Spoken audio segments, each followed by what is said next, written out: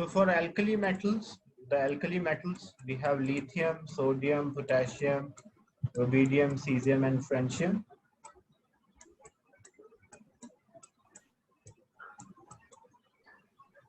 Yes, Hashim? Sir, is melting point the same as the reactivity series? No, melting point is different thing. Melting point refers to force of a, because these all are metals. So melting point depends on the attraction between the lattice of the positive ion and the free electron, where reactivity for metals refers to tendency to lose electron. So as we go down the group, the reactivity increases, but as we go down the group, the melting point decreases. Yeah. Why the melting point decreases as we go down the group? Because when you take lithium, an example, you took rubidium, same size. But because lithium, when it will have a positive ion, the structure of all the metals have a lattice of the positive ion.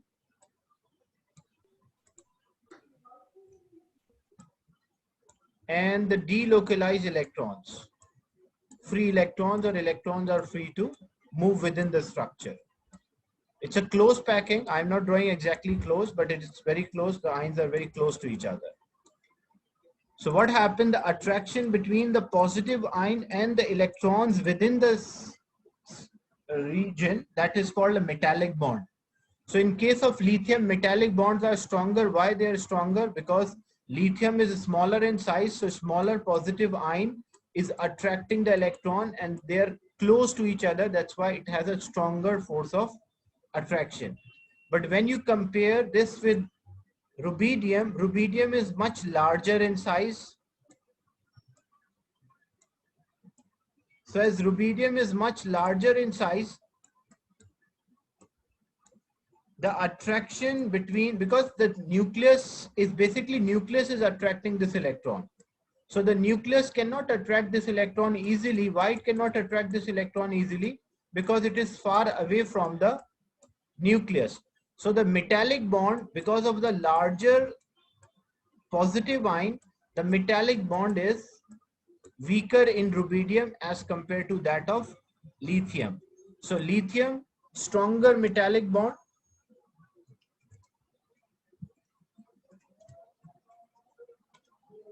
Due to small positive ion. That is why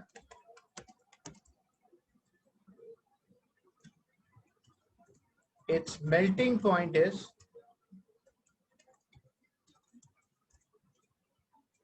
higher than other elements in the group.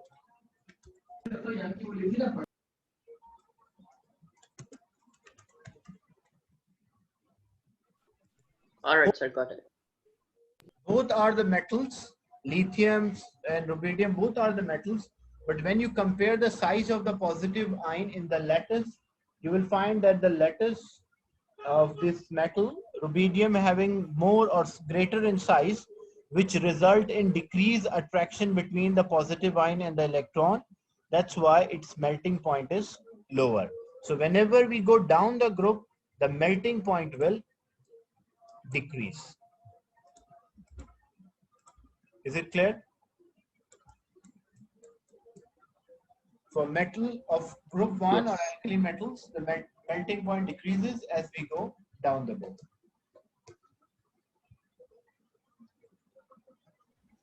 Because the forces are not strong, yes? Yeah, the force between the packing, the close pack, it's not closely packed together, the force is weaker, that's why the melting point decreases. So, but Okay, reactivity, yeah, reactivity increases, whereas melting point decreases as we go down the group.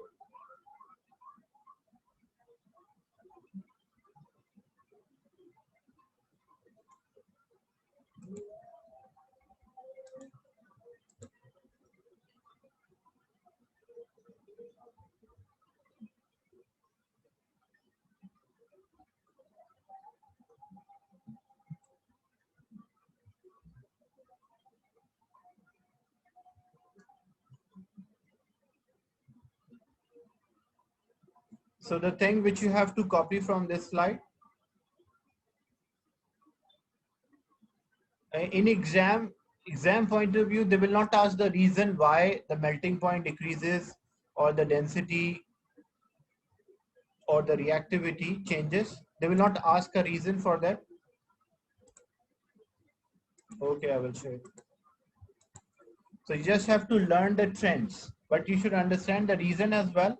So once you understand the reason, then you can, even if you forget to, you can just recall and use your understanding to predict what happened to the melting point or the reactivity.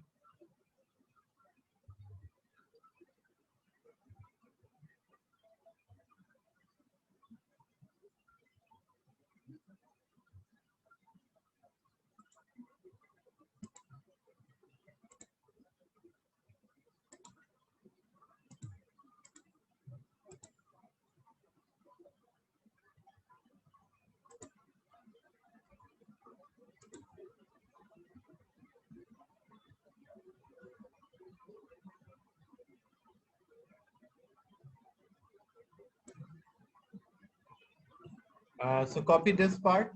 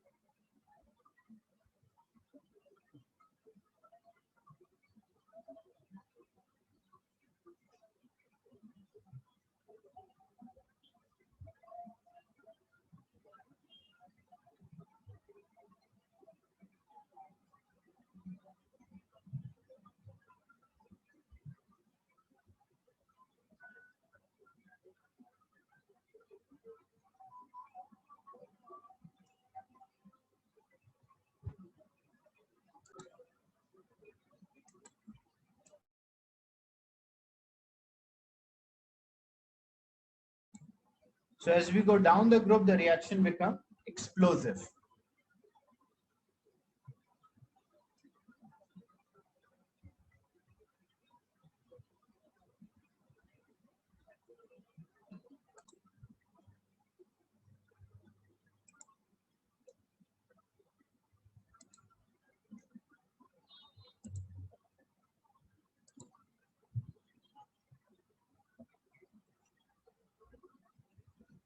When you compare these alkali metals, group 1 metals, they have low density so that they can float on the surface of the water, and as we go down, the density increases. They are silvery and shiny when freshly cut, but the surface quickly tarnish. Why the surface quickly tarnish? Because they react with atmospheric oxygen. Like example, if you have a piece of sodium,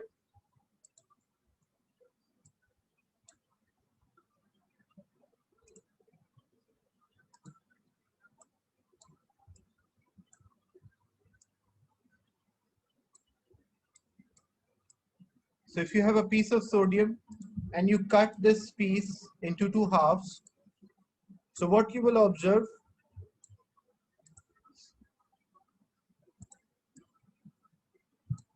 initially when you cut, the surface is shiny, but with the passage of the time, the surface tarnish, means it will change its color.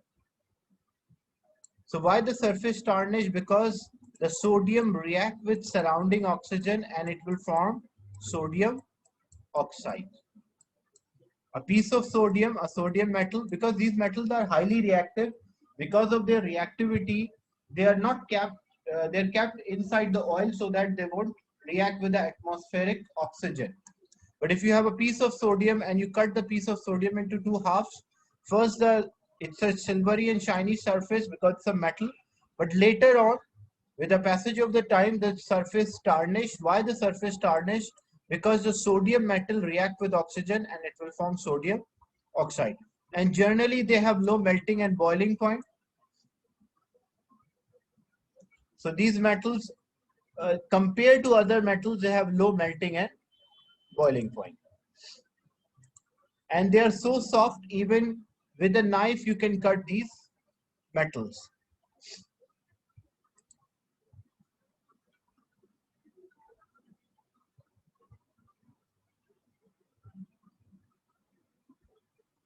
So compared to other metals, they have low density.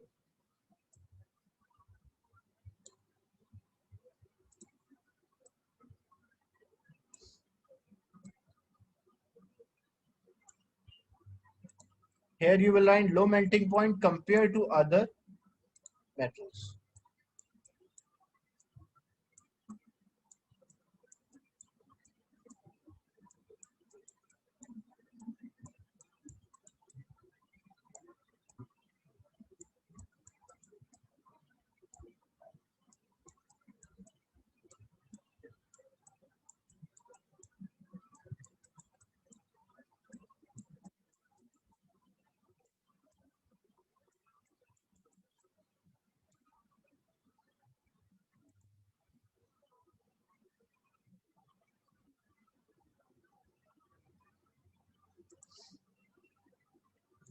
Copy these 3 points.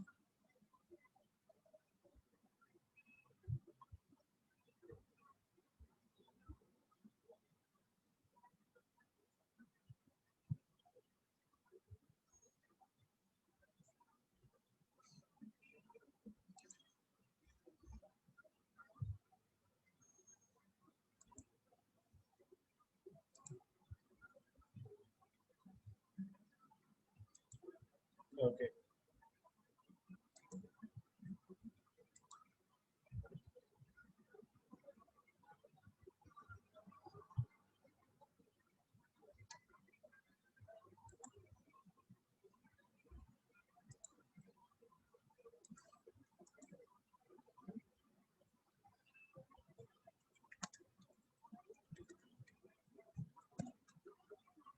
The flame colors, when we burn the compound which contain these elements, they give a characteristic flame color.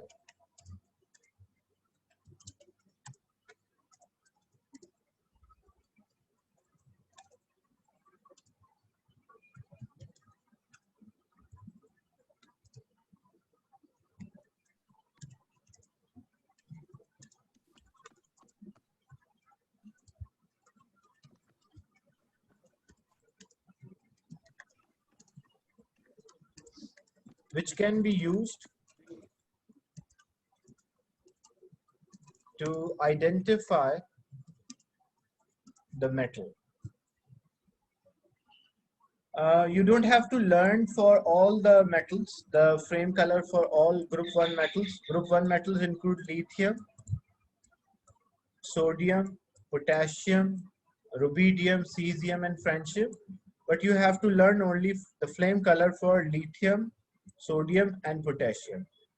Lithium flame color is red, means when you burn a compound which contain lithium, it will give you a red color. When you burn a compound which contains sodium, it will give you a yellow color. And when you burn a compound which contains potassium, it will give a lilac color. So these colors you have to learn or memorize. The flame color, when you burn the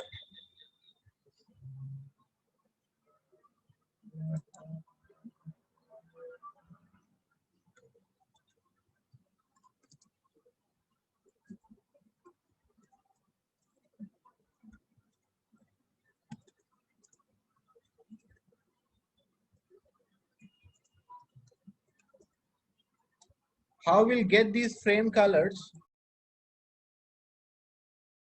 Just 2 minutes.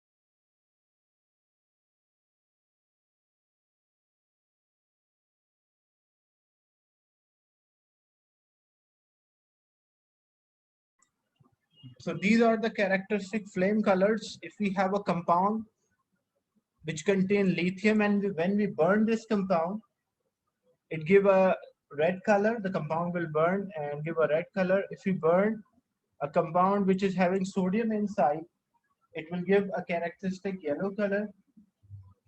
And same way, if you burn a compound which contain potassium, it will give a lilac color. How we carry out a flame test?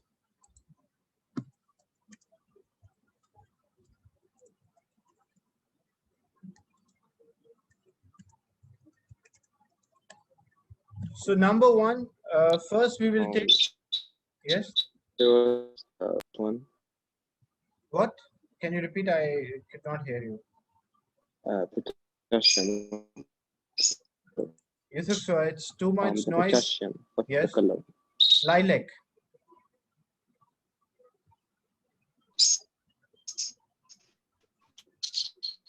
Purple, purple you can mention. Okay, thank you.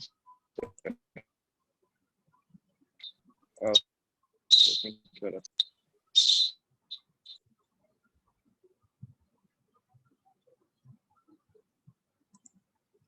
Yes, this stoichiometry topic, it's about chapter 4, about the moles. First, I will clear all the theoretical points, and then I'll at the last only calculation, which is about the stoichiometry or moles topic. I skipped that because mostly there are a lot of things in chemistry which you have to memorize. So my focus is like you will get more time to memorize or learn the thing. And then stoichiometry does not involve any memorization. It's like mathematical calculation. So we will do at the last. So how to carry out a flame test?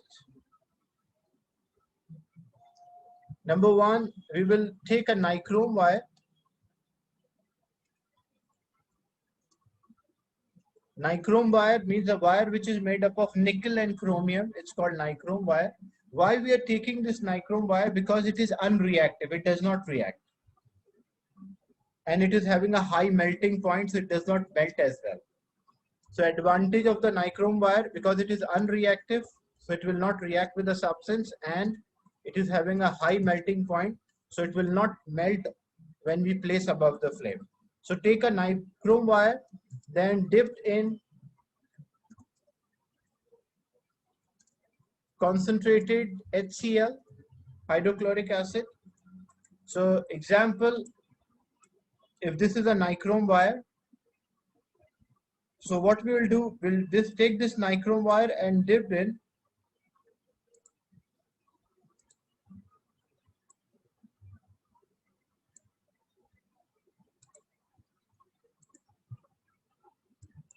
HCl concentrated. And then what we will do, we will take the sample on the nichrome wire,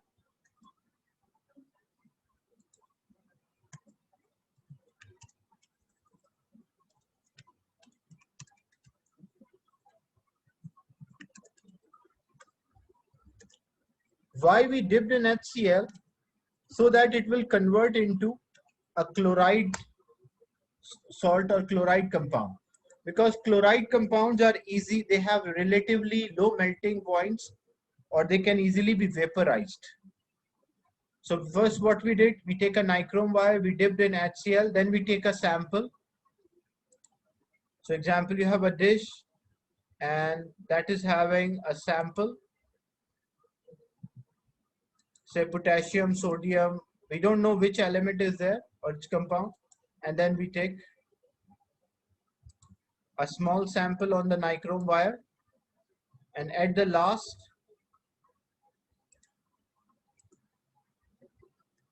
place above the flame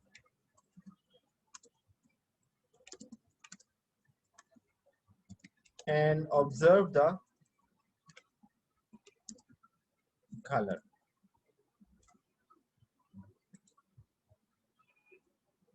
So if this was a Bunsen burner,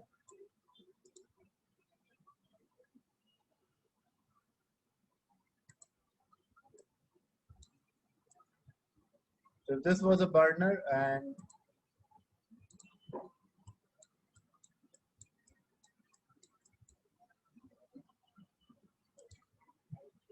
So we take this nichrome wire, which is having a small amount of Sir, what is sand. nichrome?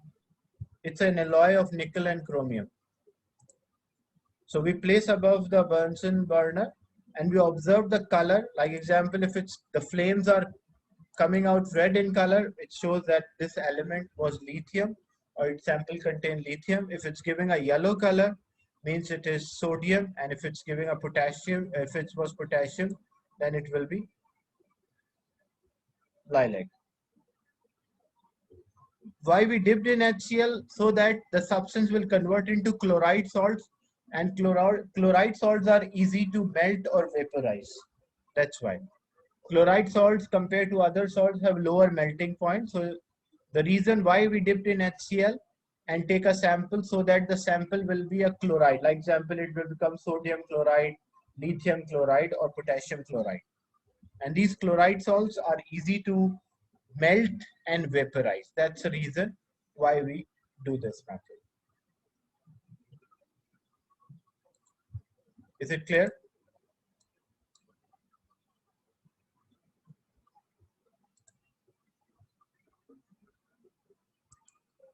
Yeah, so first what we will do, we'll take a nichrome wire, a wire which is made up of nickel and chromium. We call that as nichrome wire.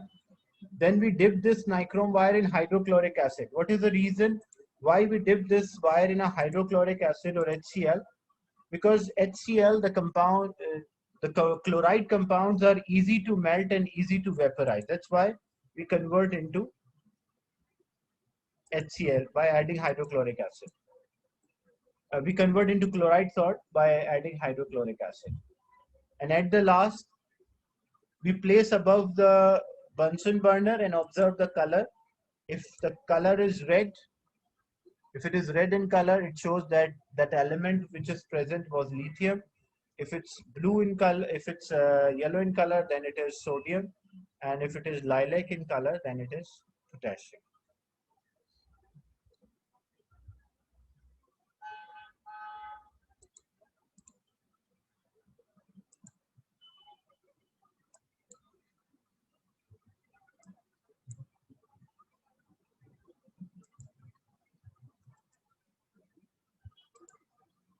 So, sir, this is a kind of test to know the metal. Yeah, this is a test to identify which metal is present in the sample, and it can be used for other metals also, but because you are learning for group 1, so it is for group 1 only.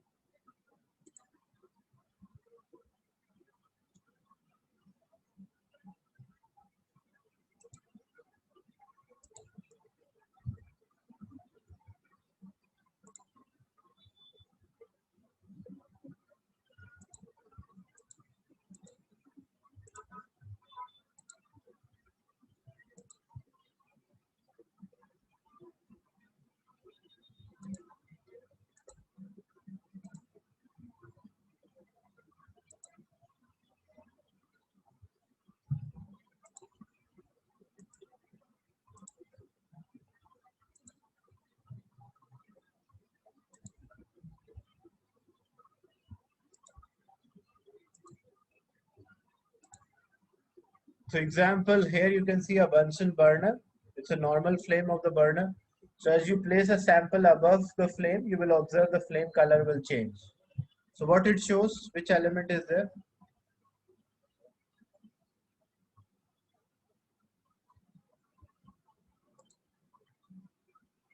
Yeah, so it shows potassium is there.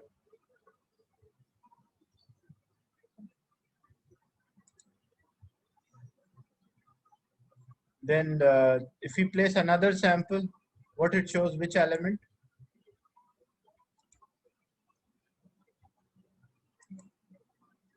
So it's giving a yellow color. So yellow color is due to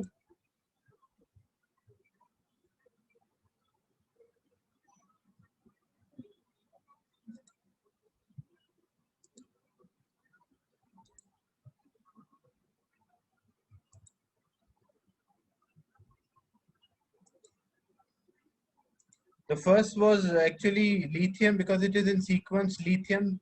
The red was lithium, and then the lilac color is due to potassium.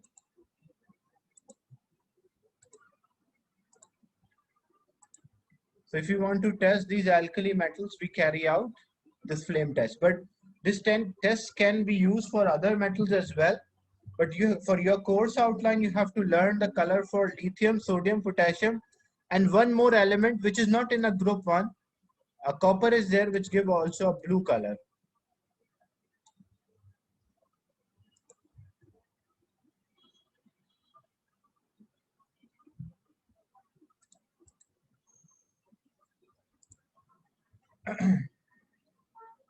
Finish writing this, copying this.